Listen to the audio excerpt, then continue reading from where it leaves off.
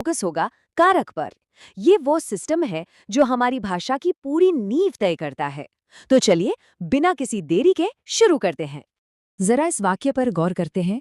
राम, रावण, बाण मारा। कुछ अजीब लगा ना? बिना किसी व्याकरणिक चिन्ह के ये सिर्फ शब्दों का एक बेतरतीब ढेर है। यहाँ संज्ञा और क्रिया तो है, लेकिन उनका आपस में कोई मतलब नहीं निकल रहा। इससे एकदम साफ हो जाता है कि हमारी भाषा को आपस में जोड़े रखने के लिए एक व्याकरणिक गोंद की कितनी सख्त जरूरत होती है। और अब देखिए असली जादू। जैसे ही हमने 3 छोटे-छोटे चिन्ह जोड़े, राम ने रावण को बाण से मारा, पूरा नज़ारा ही बदल गया। अचानक वो अव्यवस्था एक एकदम साफ और सजीव कहानी में बदल गई। किसने क्या किया, किसके साथ किया और किस हथियार से किया, सब कुछ शीशे की तरह साफ है। असल में यही इन छोटे शब्दों की असली ताकत है। अगर इसे थोड़ा औपचारिक रूप से समझें तो कारक वो महत्वपूर्ण कड़ी है जो शब्दों को वाक्य के एक्शन यानी क्रिया से जोड़ती है, और विभक्ति या परसर्ग ये वो असली सुराग या मार्कर हैं जिनका जादू हमने अभी अभी देखा है। ने, को, से, यही वो विभक्ति चिन्ह हैं जो शब्दों के बीच का रिश्ता तय करते हैं। और ये रहा हमारा पूरा मास्टर ब्लूप्रिंट।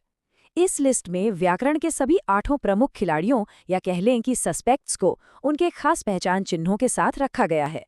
कर्ता से लेकर संबोधन तक हमारी पूरी हिंदी भाषा का दारोमदार इन्हीं 8 स्तंभों पर टिका है। आगे बढ़ते हैं भाग 3 की तरफ, कर्ता, कर्म और संप्रदान। यहाँ एक बहुत ही मजेदार बात ध्यान देने वाली है। ये चिन्ह हमेशा सामने नहीं होते, कभी कभी ये भूतों की तरह छिप भी जाते हैं। उदाहरण के लिए वर्तमान और भविष्यकाल में ने का चिन्ह पूरी तरह से गायब हो जाता है। ये सिर्फ और सिर्फ भूतकाल में होने वाले कार्यों में ही अपना रूप दिखाता है। बिल्कुल इसी तरह को चिन्ह भी सिर्फ सजीव चीजों के साथ आता है और निर्जीव वस्तुओं के मामले में छिप जाता है ना कमाल का नियम? अब इस तुलना को देखिए, ये किसी बड़े प्लॉट ट्विस्ट से कम नहीं है। धोबी को कपड़े दिए और गरीबों को वस्त्र दिए, दोनों जगह को लगा है। लेकिन जब कोई चीज कुछ समय के लिए दी जाती है, जैसे धोबी को कपड़े, तो वहां कर्म कारक होता है। लेकिन अगर कोई चीज हमेशा के लिए दान दे दी जाए तो वही को चिन्ह अचानक संप्रदान कारक बन जाता है। मतलब सिर्फ चीज के हमेशा के लिए चले जाने से व्याकरण का पूरा नियम ही पलट गया।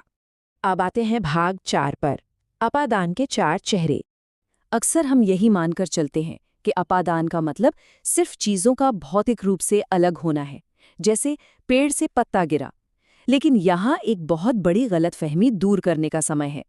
ये कारक सिर्फ अलगाव नहीं, बल्कि डर को, दो लोगों के बीच की तुलना को और यहाँ तक कि किसी गुरु से कुछ सीखने की क्रिया को भी बिल्कुल सटीकता से दर्शाता है। तो अपादान सिर्फ दूरी का नहीं, बल्कि इन गहरे भावों का भी सूचक है।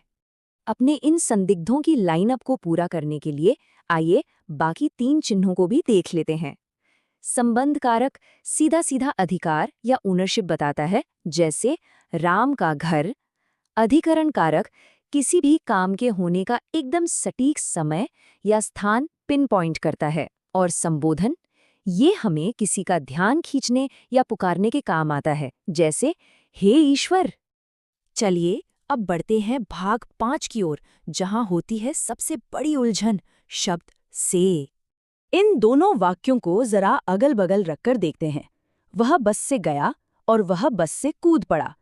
बाईं ओर के वाक्य में से का मतलब है कि बस एक टूल या साधन है, लेकिन दाईं ओर बिल्कुल वही शब्द से किसी चीज से भौतिक रूप से अलग होने और दूर जाने का इशारा कर रहा है। शब्द बिल्कुल एक हैं, लेकिन अर्थ एक दूसरे के एकदम विपरीत। एक तरफ जुड़ाव, दूसरी तरफ अलगाव। और अब हमारा आखिरी हिस्सा, भाग 6, क्विक रिवीजन ट्रिक। ये चीट शीट हर एक चिन्ह को सीधे उसके असली काम से जोड़ती है। ये लंबे समय तक चीजों को याद रखने के लिए दिमाग में एक झटपट शॉर्टकट बना देती है। बस से वाले उन दोनों अंतरों को और को वाले दान के नियम को दिमाग में बिठाना है। उसके बाद कारक की ये पूरी उलझी हुई प्रणाली इस चार्ट से चुटकियों में डिकोड हो जाती है।